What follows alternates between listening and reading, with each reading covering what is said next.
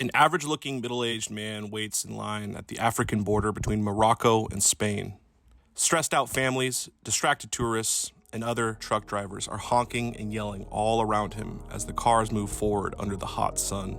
The closer he gets to the border guards, the more he starts to question if hiding 400 kilos of pot inside orange juice containers was really such a good idea.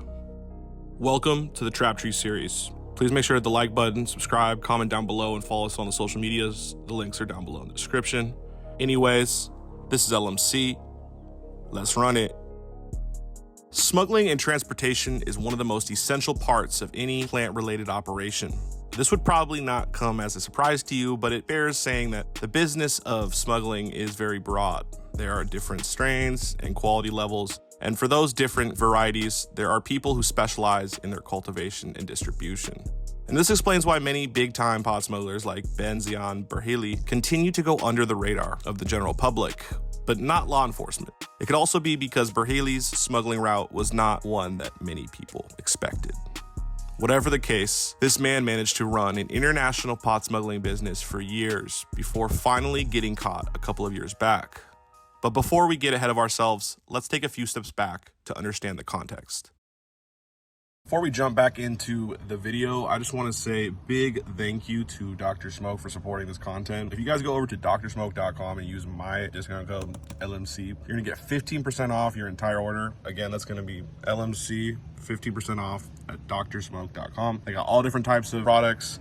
Anyways, big thank you to the homies over at Dr. Smoke. Without them, none of this would be possible, so I can't thank them enough. Now, let's jump back into the content. One of the things that you learn about Ben Zion Berhili, probably before you even find out that he owns the biggest dessert company in Morocco, is that he was one of the most wanted pot smugglers in the world. His dessert business actually does exist. They make all kinds of pastries and employ a decent number of people. However, there is no doubt that this pot-pushing business is, or was, what brings in most of the money for Berhili. You might not have heard of him, even though his pot operation is huge. One, because many of us are not concerned with the news from outside of our country. But two, there's hardly any Moroccans that don't know his name and know who this is. See, he is that famous in this country, which is understandable. Just this one man put drug enforcement agencies across a number of countries, including the United States and Italy, on high alert for a number of years. And considering how much hashish that he managed to move, it's no wonder that they needed to be multinational collaboration to catch him. Now, shout out to all my hash lovers. This one is about the hash. So before he was caught, right, and for only God knows how long the operation ran for, Berhili was one of the most wanted hashish smugglers and managed to smuggle 400 tons of hashish every year, worth billions of dollars. Even if investigators didn't have solid evidence that Berhili was involved in pot pushing, the fact that he was controlling large sums of money like that would have tipped them off, considering that he was only supposed to be a dessert company owner. Now, Berhili was actually a trailblazer, which might have been one of the reasons his capture took some time and a lot of effort. He moved his goods from Morocco to Europe, but his route was a new one.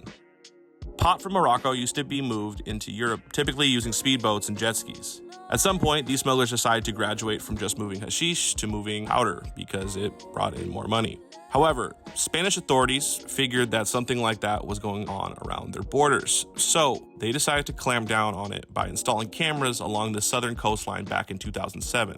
As a result, smugglers like Berhili, who were still interested in moving their stuff, had to look for a different route. Now, Berhili decided to run his goods along the coast of North Africa, so the route ran through Libya, then Egypt, and into the Balkans. At the Balkans, the goods would be transferred to the European branch of the operation, which would then transport them into Europe to be distributed. Now, something that some people might not know is that Morocco is actually the biggest producer of hashish in the world, and understandably, one of its major exporters to Europe. Now, hashish or hash is one of the oldest cannabis products on Earth. It is a solventless concentrate made by sifting and compacting the trichome heads into clay-like substance. In some countries, hash is even cheaper than flour because its smaller size and increased shelf stability make it ideal for smuggling, also its compact nature. Now, according to reports, about 50,000 hectares of land is used in the production of this plant, and most of that land is in the northern Rif region. Now, Rif is considered to be quite lawless, allowing for basically anything without repercussions, which is why about 80% of the hashish that comes out of Morocco is grown there. The region is also quite dangerous for that same reason, but also because the pot scene in Morocco is run by the Moroccan mafia. Of course, like every other kind of mafia, the Moroccan mafia is not just one organized body. It is a variety of criminal organizations, most of which are of Moroccan descent. So, there are a lot of territorial fights that contribute to making Rif quite dangerous, and it wouldn't be surprising if the people who live there are somehow connected to the pot business. Anyway, the Moroccan mafia's reach extends way beyond Morocco. Many of them have actually managed to establish a presence in a number of countries in Europe, mostly Belgium and the Netherlands. This has been happening since as far back as the 1990s, and it looks like things have been going strong. Now, whether Berhili had a role to play in the expansion of the Moroccan mafia is difficult to determine. What we do know is that Morocco is a big pot hotspot, basically controlling pot consumption in many parts of Europe. Now, drug enforcement agencies, especially those in Europe, are very much aware of this and have been pursuing many leads to take out the leaders and topple as many smugglers' operations as they can. They also have been quite vigilant at their borders, trying to catch people in the act of moving hashish or pot into Europe. Now, smugglers have learned to be creative in how they move their stuff, which has meant that many of them have managed to slip under the radar like Berhili did for many years. But law enforcement agencies has also had their wins here and there. One of the most famous busts of this nature, aside from the capture of Berhili, of course, was when they found up to 240 kilograms of flour squeezed into orange juice cartons. And because actual juice is heavier than the amount of pot they wanted to smuggle, the smugglers knew to add sand to the shipment so that it weighed the same as a consignment of juice. Pretty wild to think about. Anyway, back to Berhili. Investigators were on his case for about 3 years before they finally arrested him. In that time, they gathered intelligence on his involvement in the new route. They also managed to seize hashish worth more than $3 billion over those 3 years. And according to reports, a lot of the pot was transported using boats. The capture of Berhili marked a major breakthrough in the European police force's crackdown on pot smuggling, especially along the Mediterranean because of how important he was in the whole scene. And the police force, including officials from Greece, France, Spain, Turkey, Egypt, Italy, Albania, Morocco, and the United States. Now, Berhili's arrest finally happened in November of 2016, but for some reason, the police did not disclose that information until the 1st of December. In the months leading up to the arrest, Italian agents monitored all the telephone calls trying to determine who else was involved in this operation. They must have gotten enough information from the phone calls because in just a couple of months, they invaded his home in Casablanca and took him into custody. One really thorny issue about Berhili's pot smuggling, though, is the possible involvement of the Islamic State. You see, the new hashish smuggling route passes through some territories that are controlled by the Islamic State, or they were at the time. And we are looking at some parts of Libya and Egypt. So the different authorities involved in Berhili's case have been worried that the Islamic State might have been involved in some ways in the smuggling, right? That's how actually typically a lot of these organizations have been, created. It's actually a tactic that's developed by the CIA, is that they tell organizations to become drug smuggling havens because that's how they can self-sustain the funding of it, right? This is what happened in Southeast Asia by the CIA. But if you look at things like Iran-Contra, this is a tactic that's really was, like I said, introduced by the CIA. So, thanks to CIA. Now, they didn't know exactly that anybody from the organization is directly involved in the smuggling business, even though that's not completely an impossibility. They just think that the organization might have been benefiting from the trade simply by allowing things to happen without bothering anybody in exchange for collecting a percentage of the proceeds as tax, right? So they're just taxing people going through their area, with ISIS, right? And it's not just speculation. There's actual proof that a portion of the Islamic State's revenue from Syria and Iraq are from the production, taxation, and trafficking of pot and other things like that. So it would make sense that they've been doing the same in Egypt and Libya. There's no information on whether or not this is the case, but it is possible that various authorities are still looking into the matter. Now, meanwhile, Berhili did not remain in custody for as long as many expected. There isn't much information on this sentencing and how many years he got. But what we do know is that he has been a free man since 2019.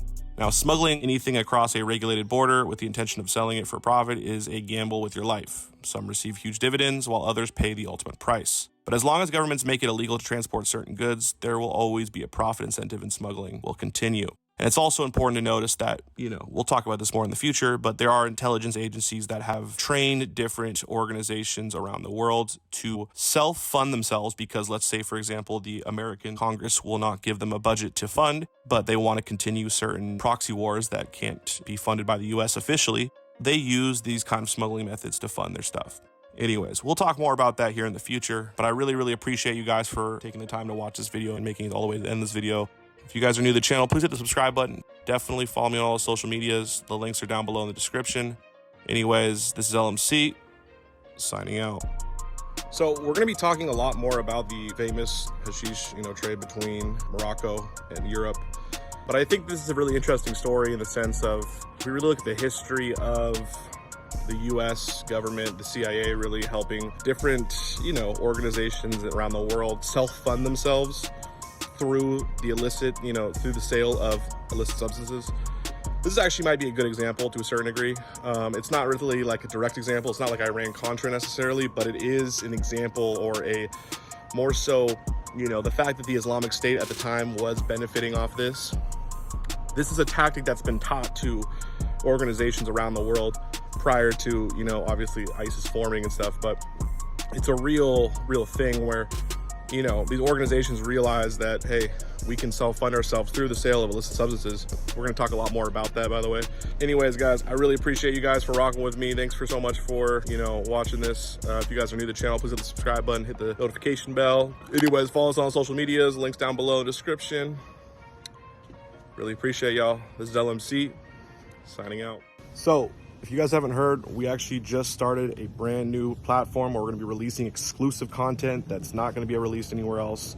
You're also going to get early access, live streaming, a bunch of other perks. But because we got demonetized, we had to, make do. Make sure to go to www.highdesign.media. You're going to get access to weekly exclusive content there. Don't worry though, there also is a free version of this, right? It just takes, a few minutes to sign up. All the support goes a really long way. And thank you guys so much for rocking with me. Appreciate y'all.